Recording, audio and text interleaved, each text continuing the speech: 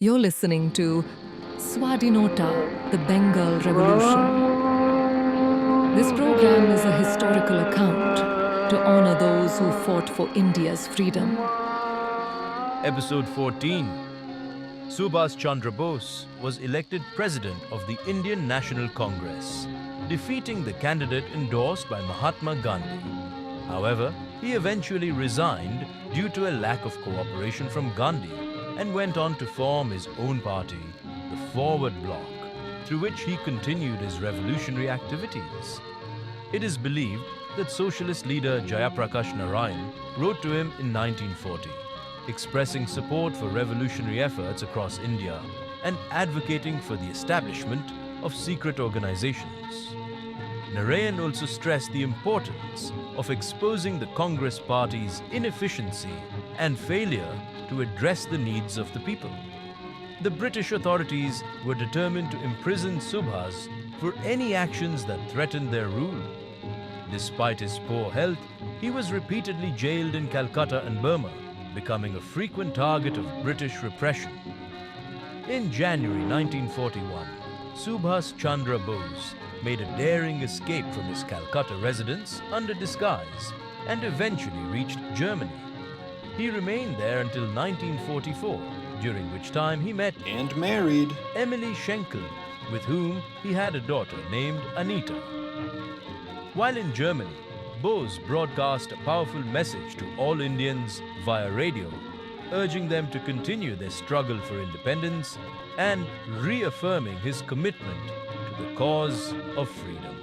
From Azad Hind Radio Berlin, I'm Subhas calling you to fight and win India's liberty with full freedom to determine her own future and with no outside interference. Free India will have a social order based on the eternal principles of justice, equality and fraternity.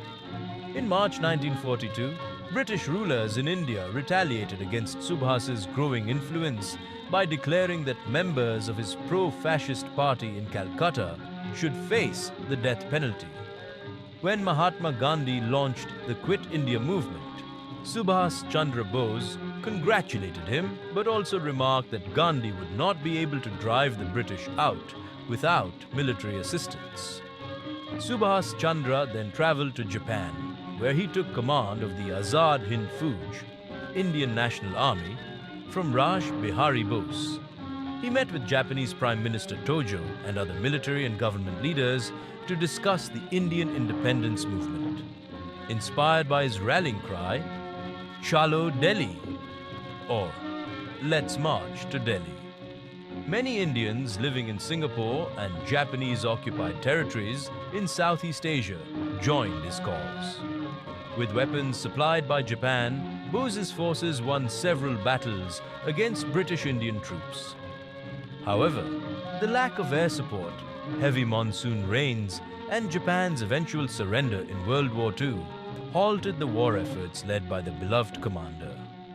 By this time, Subhas Chandra Bose had earned the title Netaji, or Respected Leader, from his soldiers.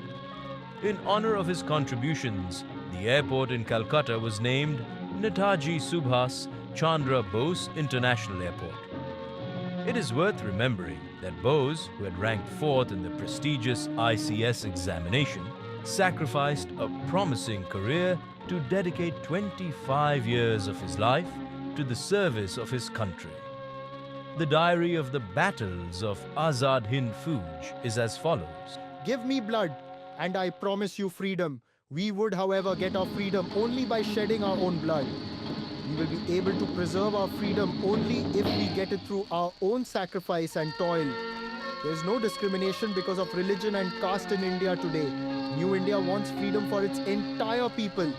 Free India will not be a land of capitalists, landlords and castes. Free India will be a social and political democracy.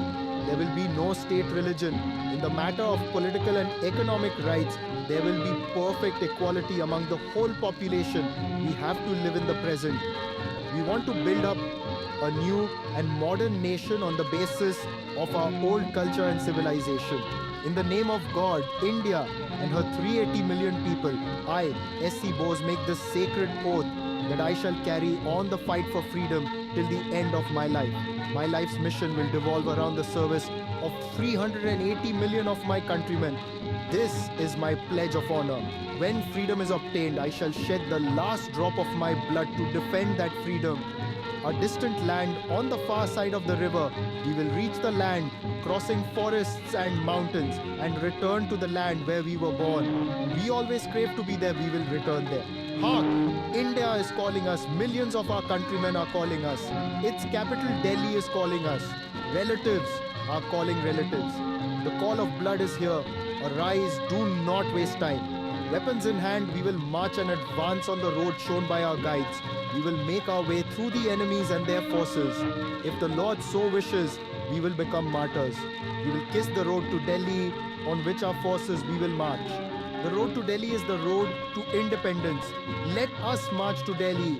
I am a born optimist and I shall not admit defeat under any circumstances. There is no power on earth that can keep India enslaved. India shall be free before long. I have no doubt that if India is divided, she would be ruined. I vehemently oppose the Pakistan scheme for the vivisection of our motherland. The Provisional Government of Free India was founded by Subhas Chandra Bose as a government in exile with the support of Japan during the Second World War.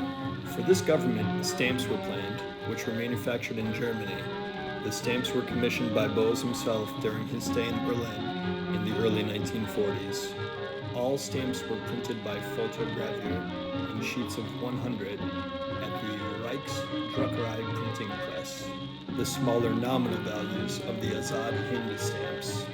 The lower three stamps, without surcharge, were planned for the Andaman and Nicobar Islands Government Printing Bureau in Berlin. The Government of India issued a commemorative stamp to celebrate the 125th birth anniversary of Netaji Subhas Chandra Bose in 2021. On August 18, 1945, the BBC announced that Netaji Subhas Chandra Bose had died in a plane crash in Indochina on August 15. However, during the late 1950s, it was discovered that Netaji was reportedly alive in the USSR. In January 1946, after knowing the reported plane crash death of Netaji Subhas was a hoax, M.K. Gandhi stated, I believe Subhas is still alive. He is biding time and will come out at the right moment. Some are born great, some achieve greatness, some have greatness thrust upon them. William Shakespeare,